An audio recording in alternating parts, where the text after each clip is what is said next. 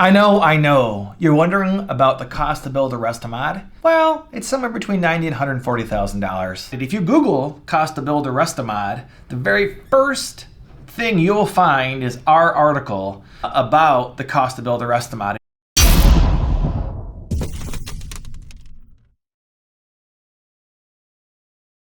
Welcome back, everyone. This is Brooke Walsh with Restomod Academy. Here we simplify ownership of Restomods, and we accomplish this through tips and tricks, how-to videos and guides, and in-depth product reviews. We're going to try to answer the cost to build a Restomod with a goal.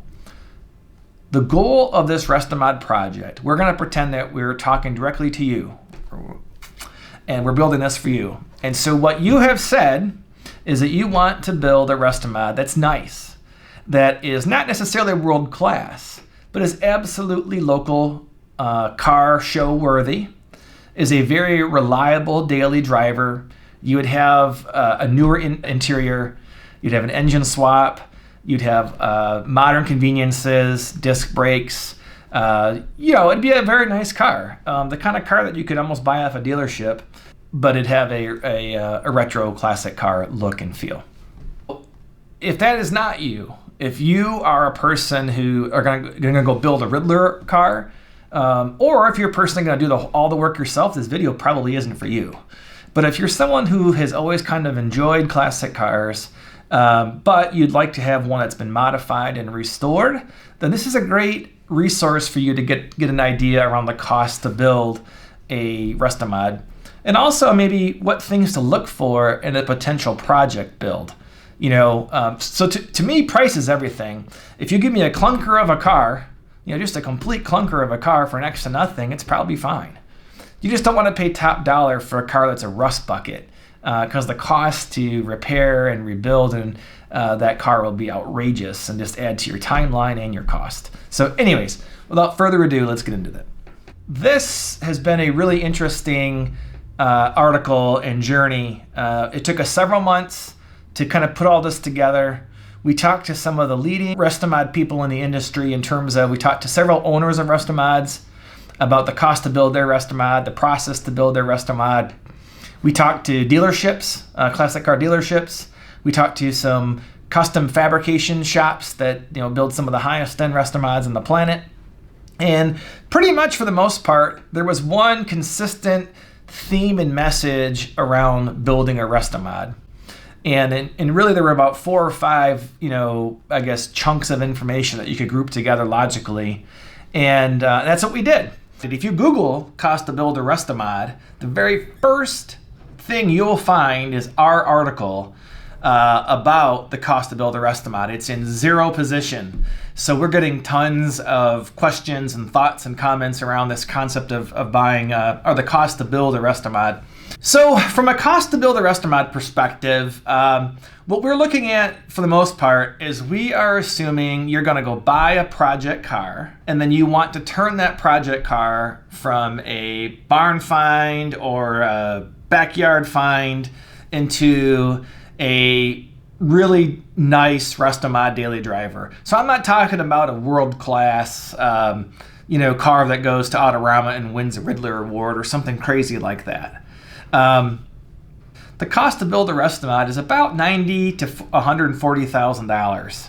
When you look online at the cost to build a Restomod, there weren't a lot of good answers out there, in my opinion.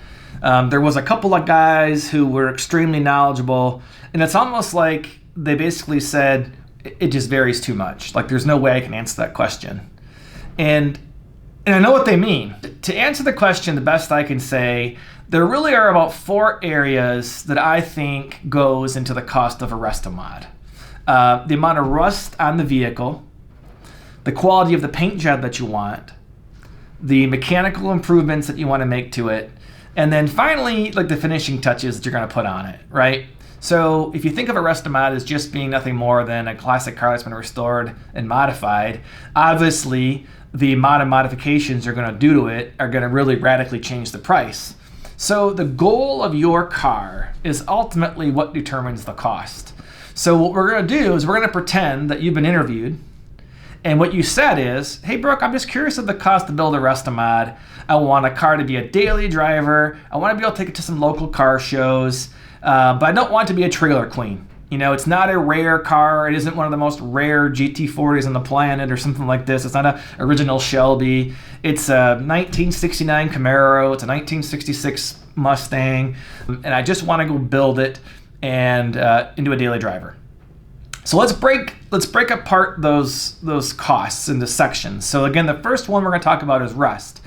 So the amount of rust that your car has on it, well, really the size. Let me back up. The size of your car is going to play a pretty big role, right? The bigger the car you have, the more area you have to repair, repaint, and resurface, right? So the bigger your car, the bigger car you have, the more it's going to cost, obviously. But then the amount of rust is really a big determinant, frankly. You've got, 5, 10, 15 areas where there's the size of rust about a quarter, then that's going to be probably the least expensive. They assume some rust. It's an old car, right? So they assume some rust. If you've got lots of rust holes that are bigger than a quarter, then it's going to be kind of a medium price to repair that vehicle and take care of all the rust. And if you've got sections of the car that are missing panels, or whole chunks of rust in the car, that's going to be the most expensive. So that's one area. Then the second area is the paint job. What quality of a paint job do you need? And with that paint job, I would say gapping of the car as well. If you're not familiar with gapping, it's literally just like it sounds. It's the gaps. So you have a hood, and then around the hood you have all the gaps. On these old cars, they're not put together like new cars, and so you can tell a car that's been professionally gapped. The lines look crisp and clean, and it's something that at a local car show, most of the really nice cars will have that done pretty well, but the paint job is a big component. So the question is, are you painting it for a daily driver? You're just going to drive it on daily. Maybe you live like I do in the Midwest where you're going to drive it 4 or 5 months out of the year. You want a nice paint job. Are you going to take it to local car shows? That might be the next level of paint job. When I talked to painters, they said the next level was, I'm going to take it to some local car shows, here and there. Or you're going to go to world class. Like, you're going to go down to Autorama in Detroit or some of these, big car shows and compete against some of the heavyweights that are more or less a lot of the trailer queens and things like that. So if your goal, again, we're going to pretend we interviewed you and we're going to pretend that you've answered some questions for us. And so you said you want it to be local show quality, so kind of mid-grade, not daily driver quality, not world-class quality, but somewhere in the middle. So paint job's going to be about in the middle. And so now we understand 2 of the 4 components. So from a mechanical improvement, probably one of the most common things that you'll see would be an engine swap. So if it's a Ford, you might put a Coyote engine swap in there. If it's a Chevrolet, you might put an LS swap in there. Those are pretty common. And so that will give you, again, if your goal was a daily driver, you want it to be really reliable, then that would be, an engine swap would be of that variety. So with an engine swaps, there's all kinds of, you can go to a junkyard and go buy one, maybe a Corvette that's been trashed and just got, between 5,000 and 10,000 miles on it, so low miles. And you buy it pretty darn cheap and you do an engine swap. Or you can go the route, you build a crate motor. You go buy a Mass Motorsports crate motor and you go build the whole thing, cam it up, and those kinds of things. So, and that's where all the variability comes. So again, we've interviewed you and you've told us, no, I want to be cost effective. I want to have a really nice motor, but I'd rather go the used route. So we're going to go buy a used motor, a used LS motor, somewhere in that LS variety. Probably going to depend on what you find, whether it's an LS1, LS7, all the above. So, we'll say, 3,000 to 5,000, something like that. Other components or other decisions you'll make will be things like suspension, probably disc brakes, things like that. So we're gonna assume that you're doing all the things right, not world class, but you're putting in a new suspension, you're putting in a brand new brake system because you want to be reliable, a daily driver. So then, lastly, we'll talk about finishing touches. So it's interesting. I go to lots of car shows and lots of different events with Restomod owners, and it's almost like sometimes they fall down at the finish line and they don't do the interior. So they have this, built-up engine, this beautiful-looking car, and then the interior just looks old and not very good. So that's not going to be how we're going to do this, because you've said that you wanted it to be a nice, Restomod daily driver with modern conveniences. So in this particular case, we're going to put a new interior in. Whether you go with like a TMI interior or a totally custom interior is kind of up to you. I think that for this example, again, based on the feedback that we got from you, we'll just say it's more of a TMI kind of interior. So it's aftermarket interior, it's upgrade, but it's not totally custom with extravagant leather or anything else.